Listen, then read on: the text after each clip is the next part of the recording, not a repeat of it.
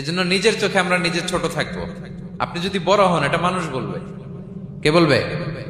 নাকি আপনিই বলবেন? বলা যাবে না। এবং বিষ্ণু ইসলাম কিছু টেকনিক আমাদের শিখিয়েছেন, কিছু টেকনিক আমাদের জানিয়েছেন।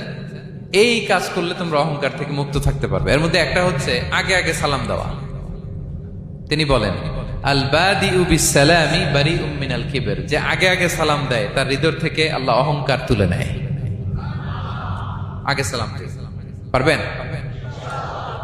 ফোন করলেই আগে কি বলবেন? বাসায় ঢুকেই আগে কি বলবেন? স্ত্রীকে আগে সালাম দিবেন, বন্ধুকে আগে সালাম দিবেন, বাসার কাজের লোকটাকে আগে সালাম দিবেন, আপনার ড্রাইভারকে আগে সালাম দিবেন, বাসার দারোয়ানটারে আগে সালাম দিবেন। ফকির একটা আসলে আপনি সালাম দিয়ে ফেলবেন। পারবেন? হৃদয় থেকে অহংকার ফেলে দিবে কে? আগে আগে আমরা সালাম